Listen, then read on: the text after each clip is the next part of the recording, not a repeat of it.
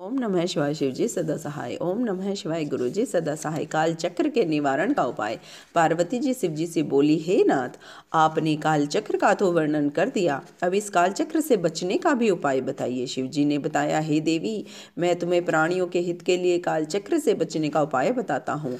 जब पंचभूतों पृथ्वी, जल, वायु, आकाश और तेज का संयोग होता है तभी इस भौतिक शरीर की उत्पत्ति होती है। इन पंचभूतों में आकाश व्यापक रूप से है, उसमें सभी वस्तुएं लीन हो जाती हैं। पार्वती जी बोली, हे प्राणनाथ, उस घोल कराल रूप काल को तो आपने भस्म कर डाला, इसके बाद उसके द्वारा आपकी स्तुति करने पर प्रसन्न हुए, तब वह अपनी प्रकृति में स्थिर हुआ। अब वह काल किस तरह मारा जा सकता है, उसको जीतने का कोई उपाय बताइए। शिव जी बोले, हे प्राणेश्वरी, आपको यह तो ज्ञात ही है कि यह शरीर पंचभौतिक पदार्थों से निर्मित है। उन्हीं पंचभूतों में इसका विलय होता है। आकाश से वायु उत्पन्न होती है, वायु से तेज, और तेज से जल, और जल से यह पृथ्वी। जल के 4, तेज के 3, वायु के 2 और आकाश का एक ही गुण है।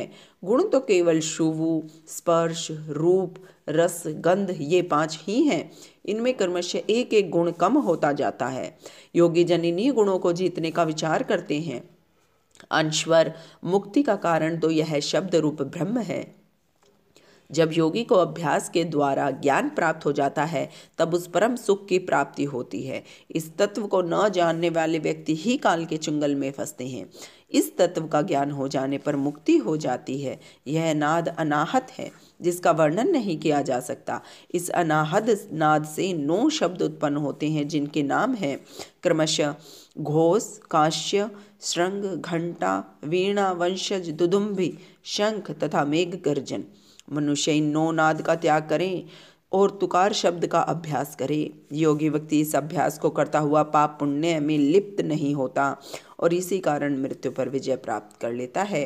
ओम नमः शिवाय शिव जी सदा सहाय। ओम नमः शिवाय गुरु जी सदा सहाय।